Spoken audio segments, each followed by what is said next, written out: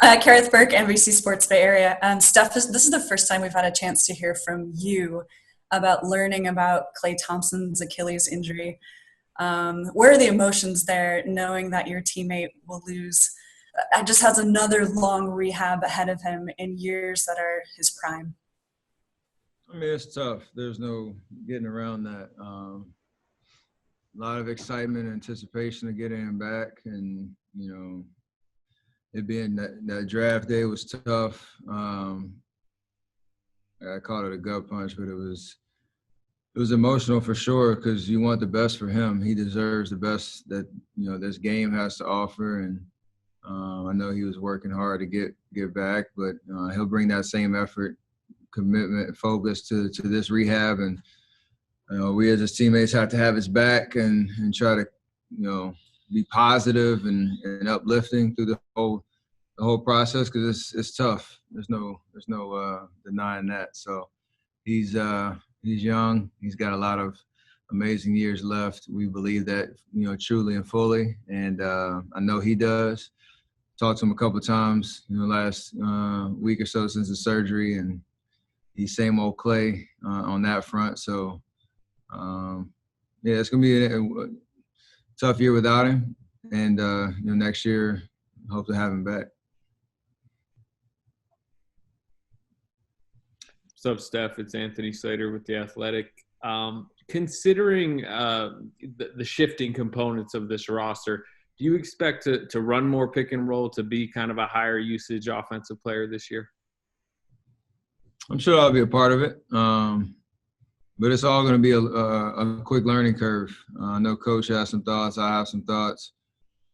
We have a pretty talented team. It may look different, but we have a lot of youth, athleticism, length, speed, and the ability to do a lot of different things out there. I have to be able to create. I got to be in positions where I'm able to score, able to play make, draw a lot of attention, to open up space on the floor, whether that's pick and roll, every other possession, or whether that's our motion offense that we usually love to play.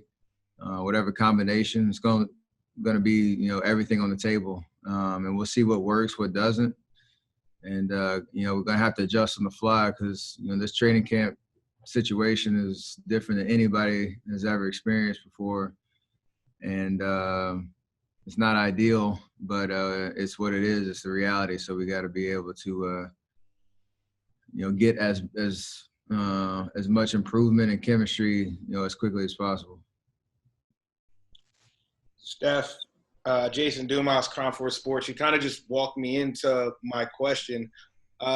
You've been cooped up for a while with everything going on with this pandemic and your guys' season ending early because of COVID last year. How excited are you just to get back out there on the court, and maybe what specifically are you most excited about getting back to some semblance of normalcy when it comes to playing basketball?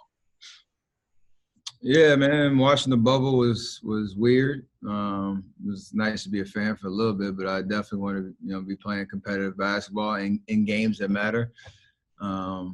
But like you said, I've been playing the waiting game since last March, and for me especially, I only play 5 games in the calendar year, so it's there's a lot of excitement to get back out there. When we were able to get some of the guys together, it was a different energy that you miss about being in the locker room, being in the weight room, being on the court, and having a group come together to try to accomplish, a common goal. So, all those things I miss. I love the game, still do. Love to put the work in, and love the challenges that we face.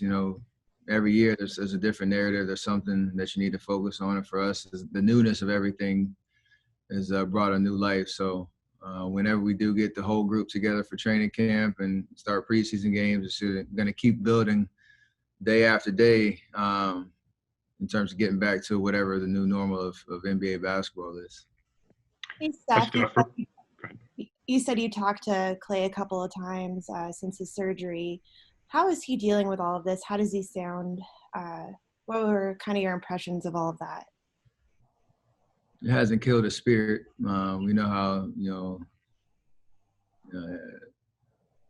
energetic and just the magnet that Klay is in his personality. It hasn't changed that. But I mean, there's a reality that he has to go through a long rehab, and he's just coming off of one. So I think our job as his teammates and organization is obviously be there for him, but to try to just make things as normal as possible in terms of having fun around the game and around, the locker room and stuff like that, so that you can kind of take his mind off of the day-to-day grind of what he has to go through. But like I said, if there's one guy that can withstand this and can come back and not let this kill his spirit, it's definitely Klay.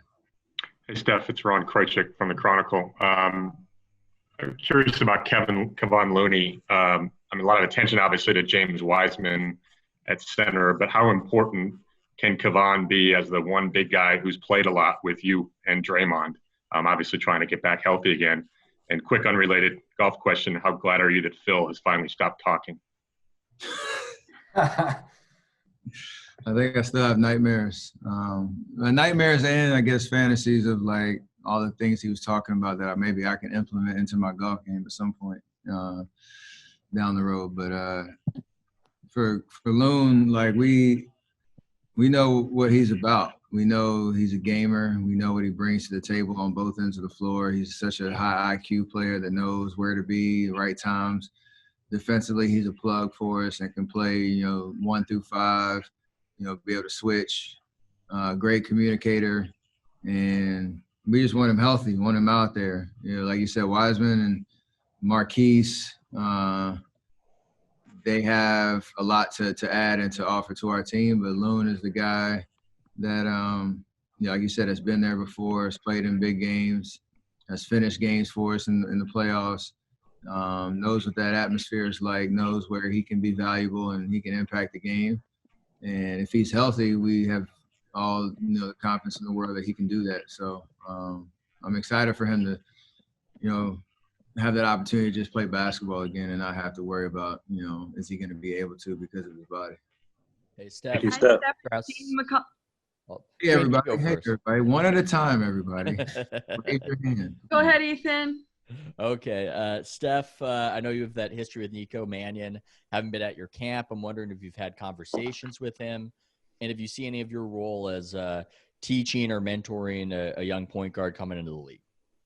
Yeah, I talked to him a couple of times. Talked to him right after the draft, and definitely a full circle moment. But the sky's the limit for him. He's kind of wise beyond his years. He has a game that doesn't look like a 19-year-old that is just coming out of college. So I'm excited about the learning curve for him, and he doesn't lack confidence at all. He knows he belongs and knows he has the potential to have a long career in this league. And, my role as leader, mentor, and all that is there's going to be probably a lot said about me being the oldest guy on the team and now having 2 campers and all that stuff. But it's always been just lead by example, continue to just be aware and observant of what guys are going through, be timely with what you say and how you say it, and know that all, 1 through whatever, 15, 16, 17, how many guys we can have on our team this year are going to have to, have an impact at some point. And that's the through message for the entire season. And it starts, as soon as we can get everybody in the gym safely. Hi, Steph. Janie McCauley. Nice to see you. Given how, you wanted to keep playing, but given the situation, you've had a lot of opportunities to do more work off the court in terms of social injustice and just making an impact.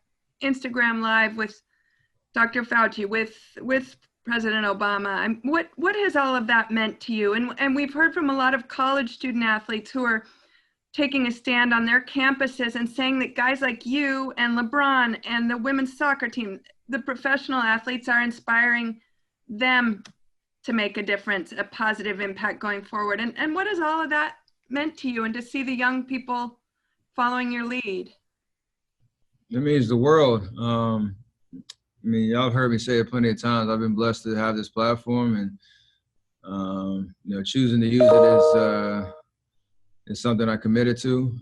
It's about expanding yourself when you have the opportunities to, knowing that your words, where you show up, can move the needle, can impact people's lives.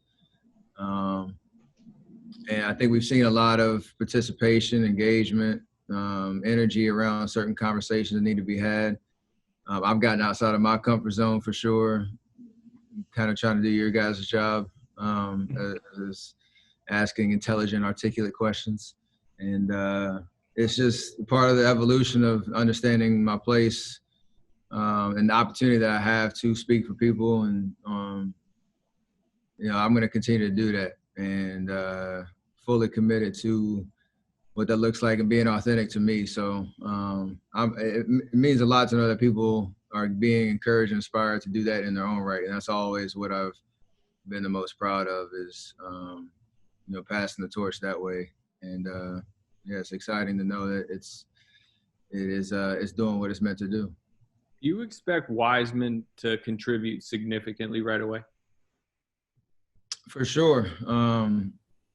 What that means, obviously he's a second-round draft pick, so the expectations are usually high, comparing him to other top 2 draft picks or, in years past. Like, those comparisons he's not going to be able to avoid, no matter, what his average is or how many minutes he's playing, but he's definitely going to contribute, and we're going to hopefully be able to unlock him this year to make us a much better basketball team. So for him not to get caught up in the hype and the noise, we know, like I said, those comparisons are going to happen, but this year is unique, man. Like he's just coming out of, 3 games in college, no real preseason or real training camp type of experience. So he's going to have to learn a lot really quickly.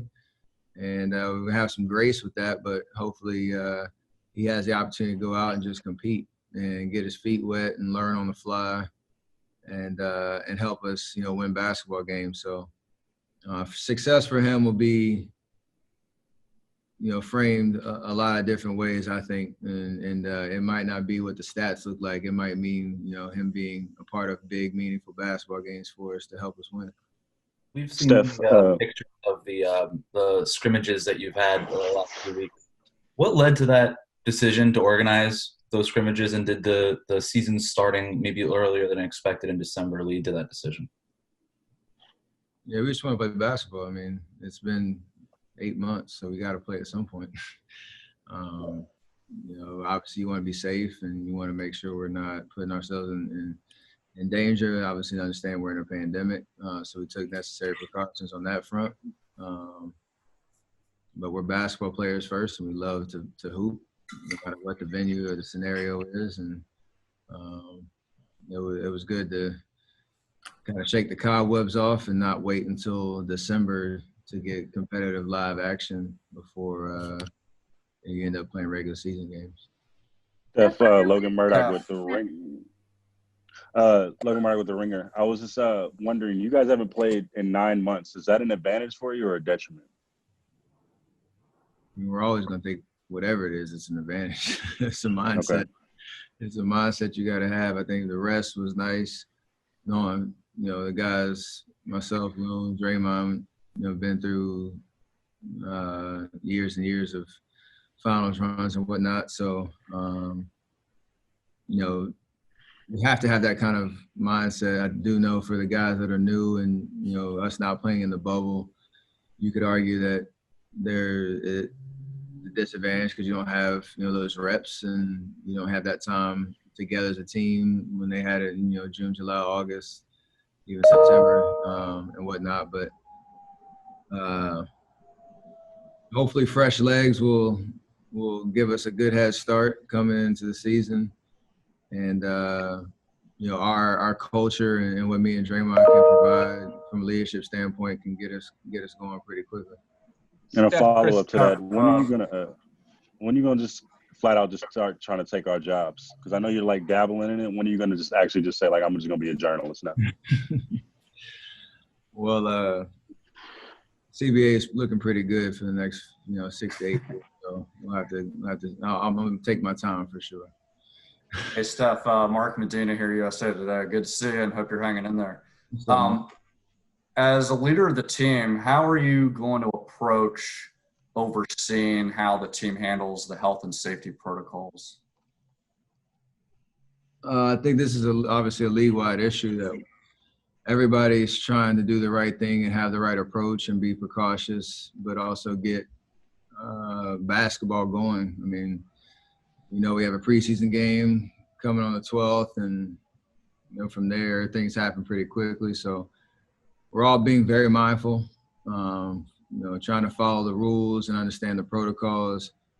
We obviously have input and questions and all that in the league, and the NBPA have been pretty good at listening and giving us, the right information.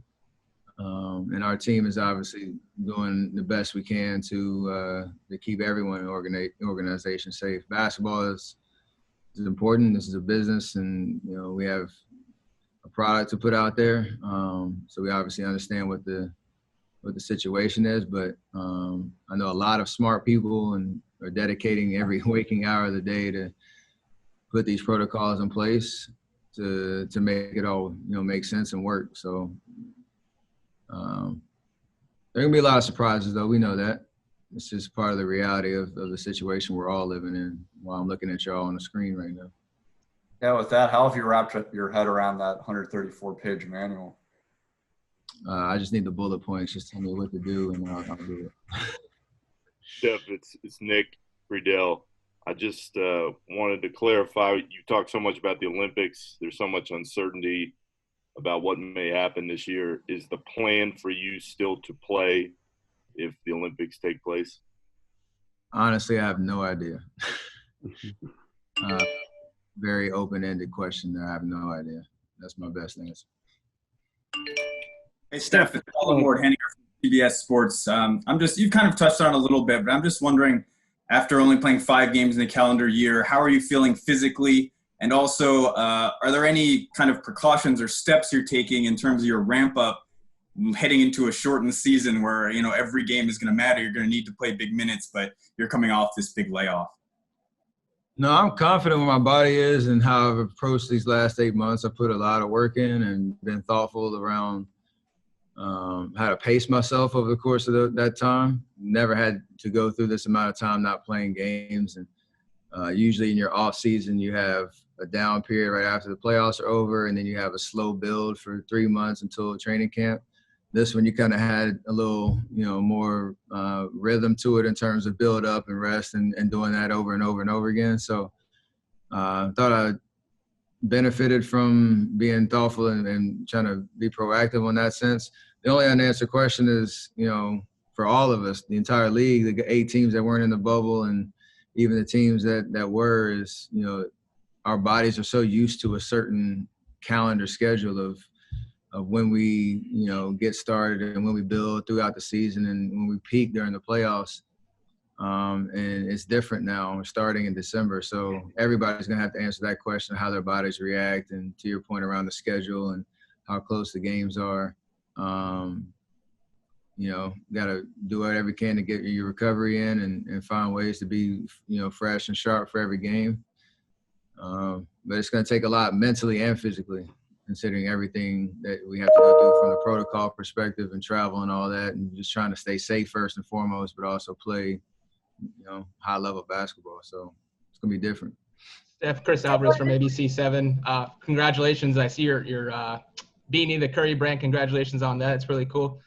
You talked about the schedule, and we're seeing some rumors of you playing Brooklyn and Milwaukee to start. So if that's the case, what are your thoughts on seeing Kevin right away and some of those early games that we're seeing, at least in the media here?